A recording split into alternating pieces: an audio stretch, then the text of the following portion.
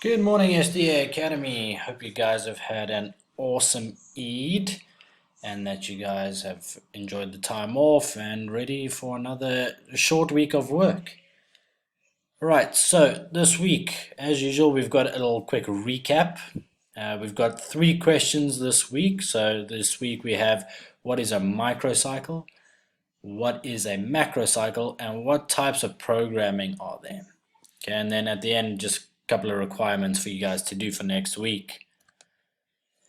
So a quick recap. Last week we spoke about endurance, right? So what endurance requirements does your sport have? So we got to look at endurance, and we found out that endurance is continuous exercise for a prolonged period of time. It is also called aerobic training, and we use our fat oxidative energy system. All right.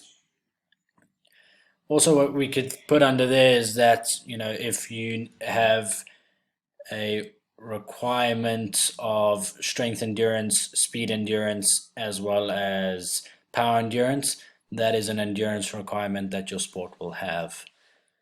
Okay. Next question we looked at is why can a combined training program improve endurance? So we looked at hypertrophy training, so just in growing the muscle and the vessels within the muscle.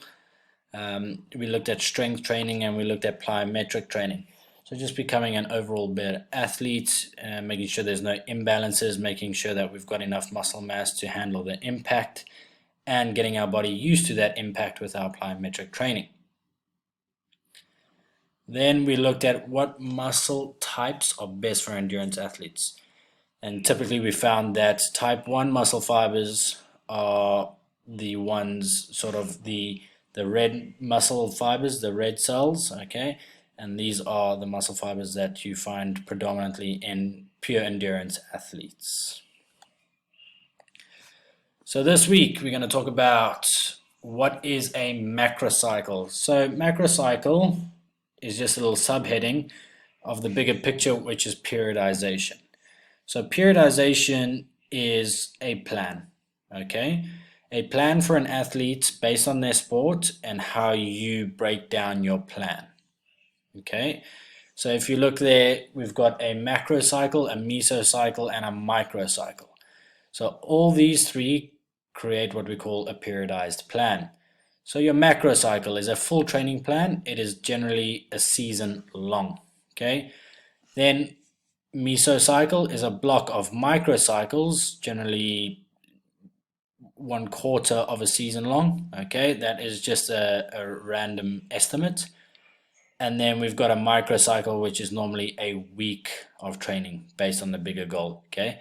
So microcycles make up a mesocycle, and mesocycles make up your macrocycle, just as you see in the picture. So there's 3 microcycles make up that 1 mesocycle.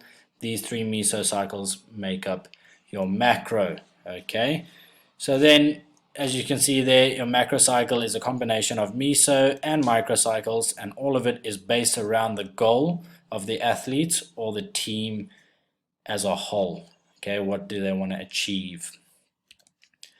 Next one, what is a microcycle? So microcycle, as we saw, is a small training block. Okay, they're usually around a week long, and then it's a series of workouts that are based on what we need to achieve either within our mesocycle and what the overall goal is in your macro cycle. Okay, so as you can see in the picture, we've got individual sessions.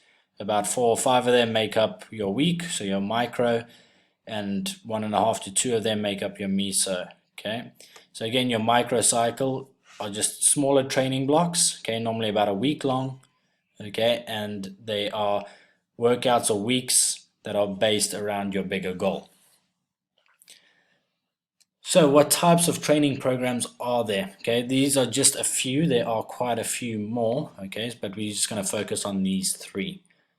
Okay, so we've got concurrent periodization. Now, when you talk about concurrent training, you're looking at different aspects of training. Okay, so you're looking at your strength, your power, and your speed, and your endurance. Okay, and you're trying to combine each of these within each training block. Okay, so you're trying to have a combination of 2 with each sort of micro or meso cycle. Okay. Now you're trying to improve on every single one of these aspects at the same time, right? Simultaneously. So you're trying to improve two of, say, if you're trying to improve your strength and you're trying to improve your endurance, you're trying to do that at the same time. Okay, that is the idea behind concurrent periodization. Then we've got linear periodization. So this is the very traditional approach. Okay, this was created by the Russians many years ago. I think it was in the 40s or 50s. Now, when they talk about linear periodization, you're progressively overloading, okay, over time. So as you go on, okay, throughout your training blocks, you're decreasing the amount of volume that you do, but increasing your intensity. Okay, so the one goes up while the other one comes down. You're trying to stick to that model. Okay, you're trying to stick to that program as intensely as you possibly can. Okay, to the T. Then we have something called undulating periodization. Now, undulating is a lot of the time it's based on how the athlete feels. So we still have a plan in place, but at the same time we are changing it on a daily basis because we want to get the most out of how the athlete feels. So if the athlete feels extremely tired, extremely down, and they don't have a lot of energy to go through a proper strength workout, then we just lower the numbers a bit, lower the weight a bit, so they can still perform at their best at that time or at that period of the day. So we just try and look at the monitoring part of how the athlete carries on. Okay, so that one, the undulating, is very much based around how the athlete feels. Okay, can also call it non-linear periodization.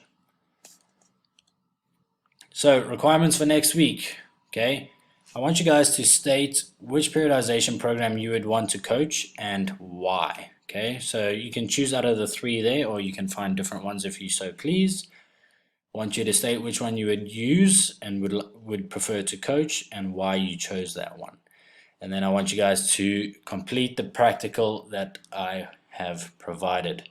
Have a great weekend, guys.